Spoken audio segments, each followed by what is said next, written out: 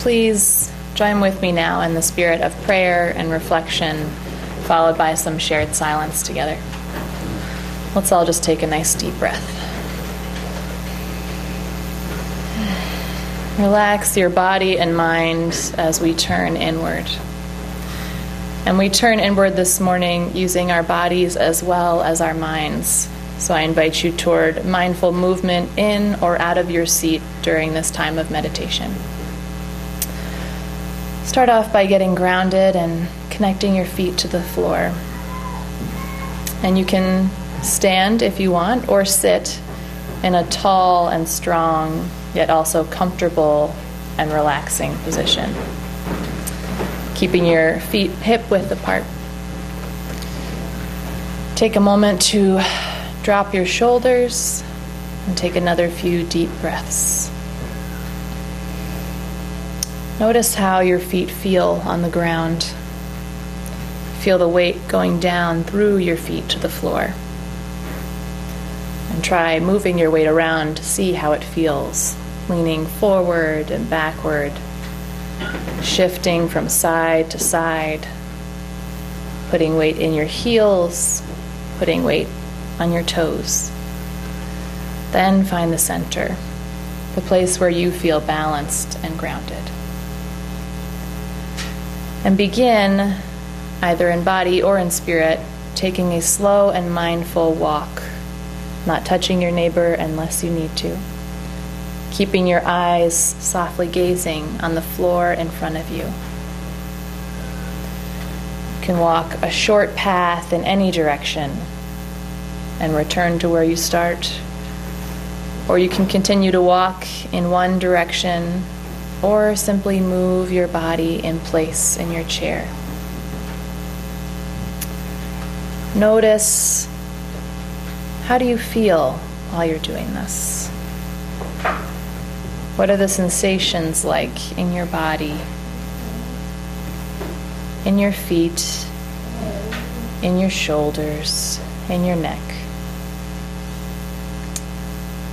After a few moments, start to notice what it feels like in other parts of your body. What is happening? Are your hips and knees loose? Do you feel your bones supporting each other? Do you feel each muscle in your body working in harmony? Try to take in whether your body feels tense or relaxed, or somewhere in between. And if your mind starts to wander while you move, that's no problem. Just notice where it's wandering to and gently bring it back to how your body is feeling. And as you begin to finish your mindful movements, come back to a tall standing or seated position at your chair. And take another deep breath. And send a thank you thought to your feet, to your seat, as you sit or stand in this time of shared silence together.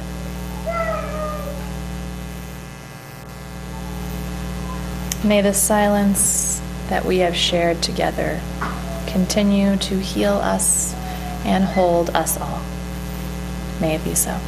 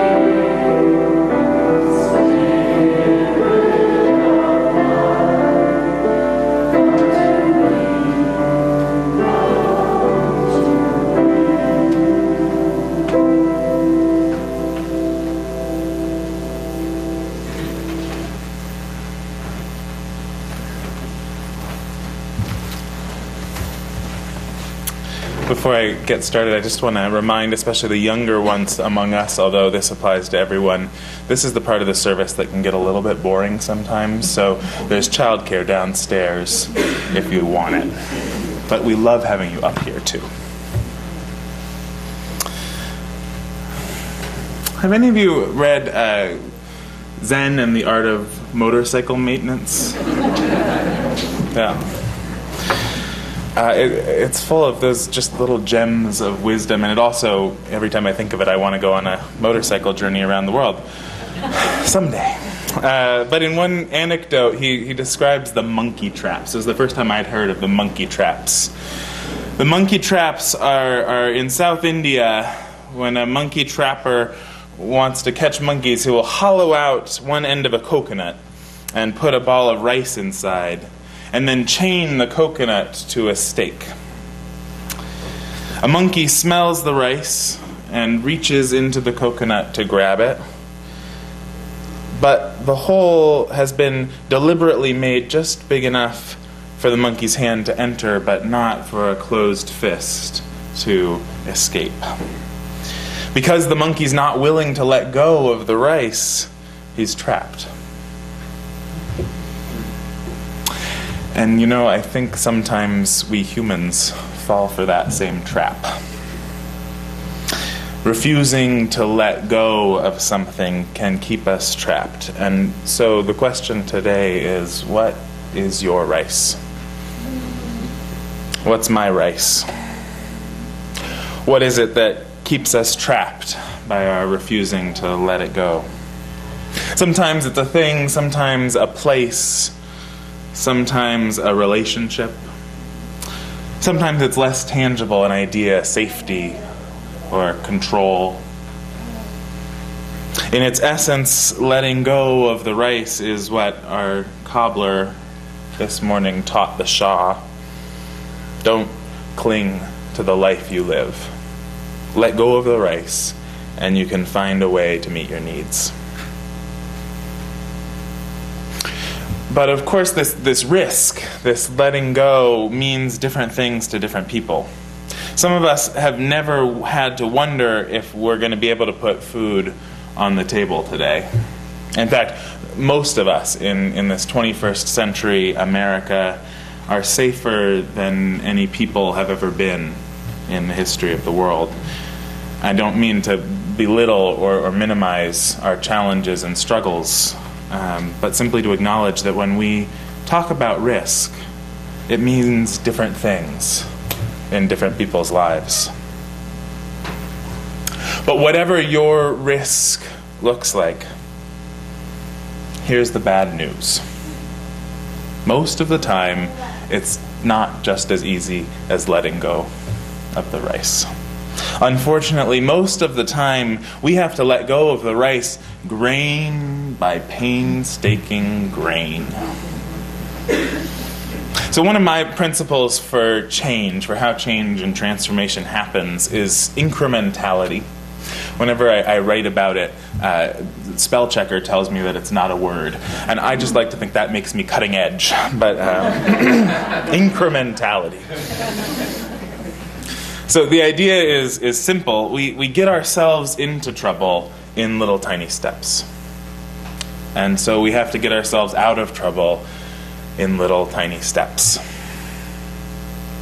Any problem that seems daunting can be made easy by breaking it down into the smallest possible steps.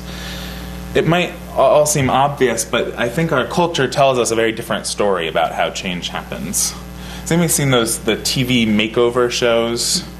There's like the kind of personal makeover that like somebody has a whole new image, and there's home makeovers, and I think there's one for cars. I've never actually watched one all the way through, but I've seen enough, more than enough. I've seen enough to know that they give this Cinderella win the lottery fantasy of how change happens. I think that's our predominant story about how change happens. You get these team of fairy godmother types who swoop in and give you the dream whatever. Agency isn't really required. And granted, this kind of change must actually happen occasionally, if only to the people on those shows and the people who win the lottery. But for most of us, almost all of the time, change happens in tiny incremental steps. We let go of the rice, or we plant the rice, or we harvest the rice grain by painstaking grain. One example comes from Charles Duhigg, who wrote a book called The Power of Habit. He describes the often daunting challenge of many people aspire to, of taking a morning run every day. Anyone ever had that longing that you might take a morning run every day? Some people might not even be able to have accomplished this feat. And usually the story goes something like, I'd be a happier, healthier, better person if I took a run every morning. You might have a story like that about something else. But the idea taken as a whole is too much. Go for a run every morning. I think anytime we tell our brains something every day, they just get overwhelmed and shut down. It's too hard to think that far into the future. It's too hard to make that big of a commitment. And so we rebel. Countless are the evenings where a commitment has been made to run the next morning, and countless are the mornings that see us too cold or too stressed or too busy that day, that see us putting off that promise till tomorrow. But even something as simple as going for a run can be broken down into smaller steps. It's not going for a run every morning, it's just today. And Duhigg warns even that is too much. It's too big of a challenge. Why not break it down even smaller? Lay out the clothes.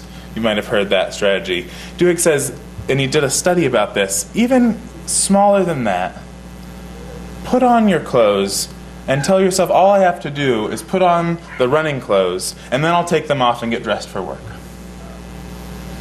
But once you've put on the running clothes, of course, stepping out the door isn't so hard. And once you've stepped out the door, the run begins. What challenges might you have? What longings for a practice? What changes might you be wanting to make that could be broken down into that smallest step? Just put on the clothes.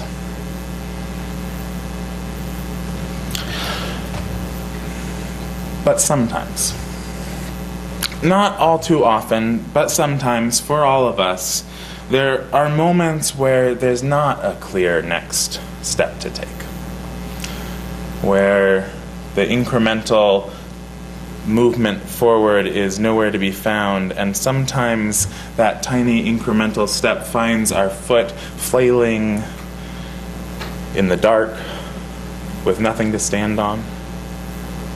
And in those moments, we have to choose to retreat to the known territory, to continue to walk the same path that we've always walked, or to leap.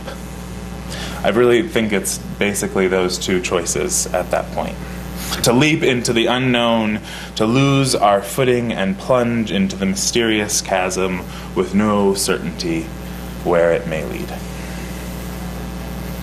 I had a couple of cards sitting on my desk for years.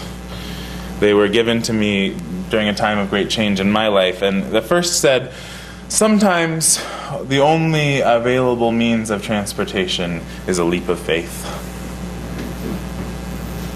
And the second, "Leap and the net will appear." They at once spark an excitement in me. I think that's why I kept them in the desk so long. A zeal for life, for living boldly. But also a little bit of a slant-eyed skepticism. A mistrust that these almost trite sayings have any real substance to offer. So they were sent to me when I was about 20 years old, and I was dropping out of college for the second time. The first time's another story.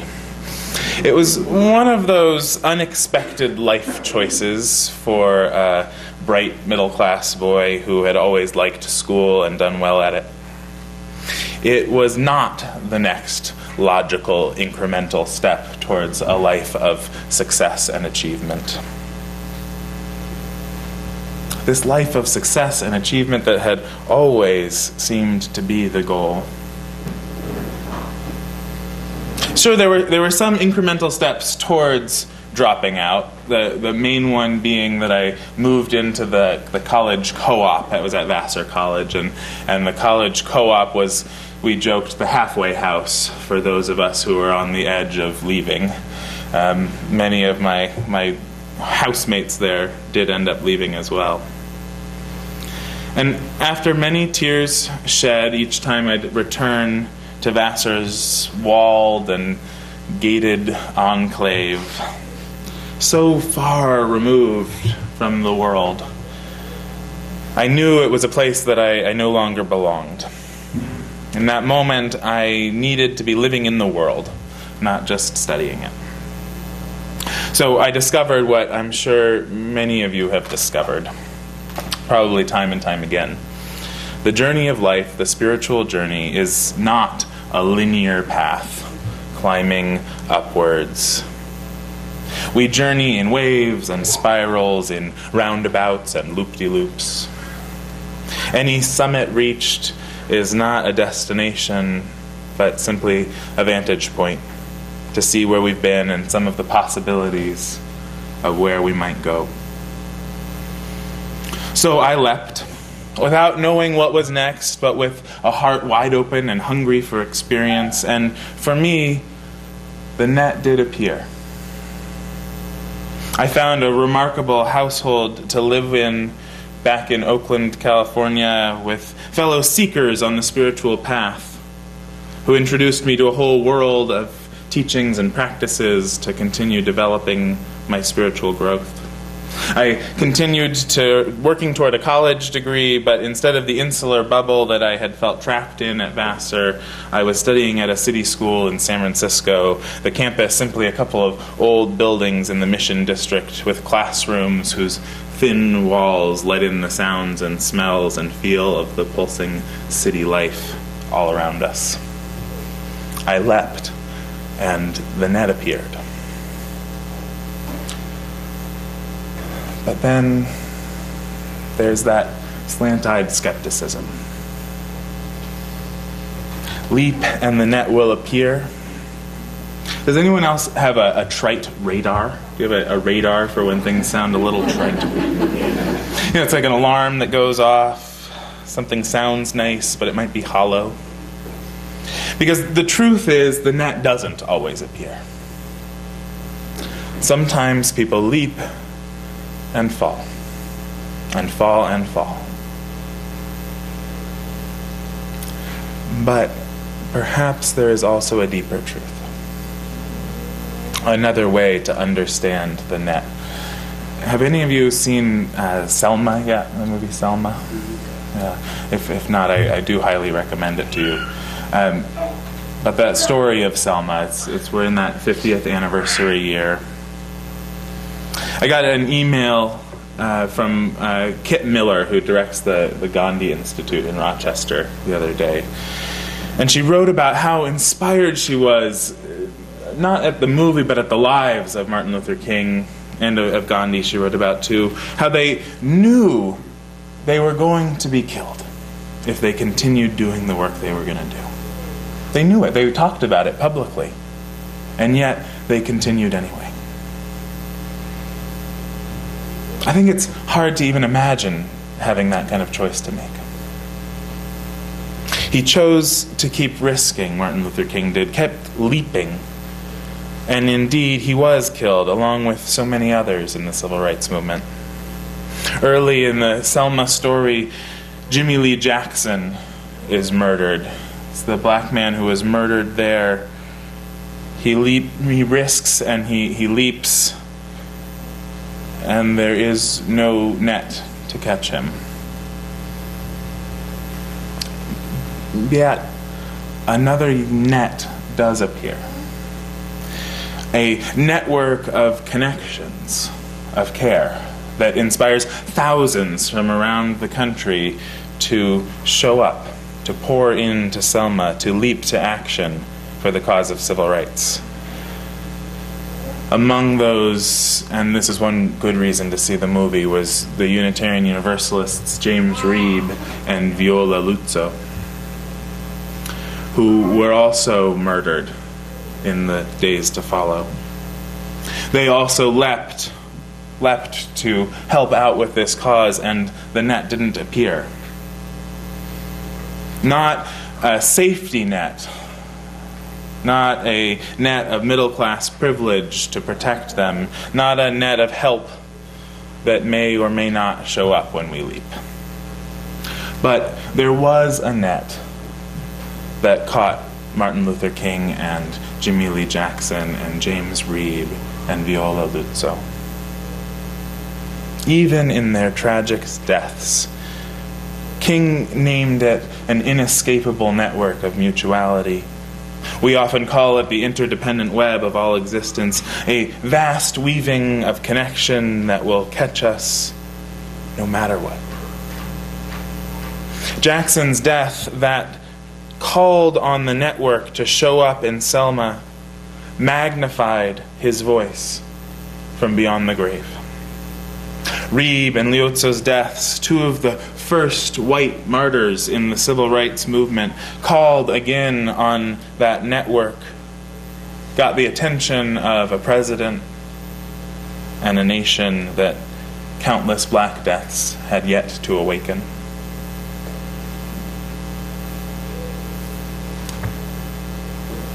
Risk, letting go of the rice, leaping, it is dangerous. But playing it safe, I think, is even more dangerous. If we play it safe, our hand stays in the coconut and we remain trapped. If we play it safe, there's no chance of change, no chance of anything getting better. But if we let it, our faith can call us to risk when it is important, as it did James Reeb and Viola Luzzo. Our faith can call us to risk when it's important, for our own lives and for justice in the world, and to leap, even when we do not see the net below us. May we leap, trusting that we are held in an interdependent web of all existence, in a web that will not let us go. May it be so, and amen.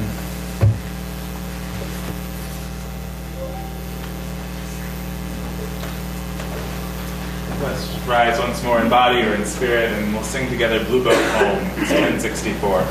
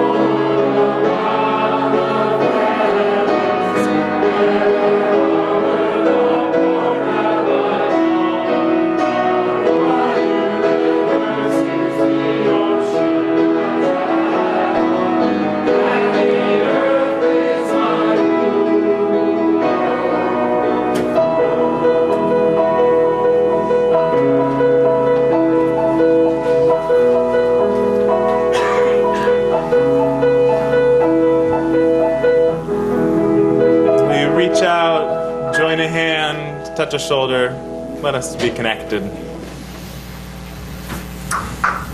And join me in saying our closing words. We extinguish this flame, but not the light of truth, the warmth of community, or the fire of commitment. These we carry in our hearts until we are together again. Amen.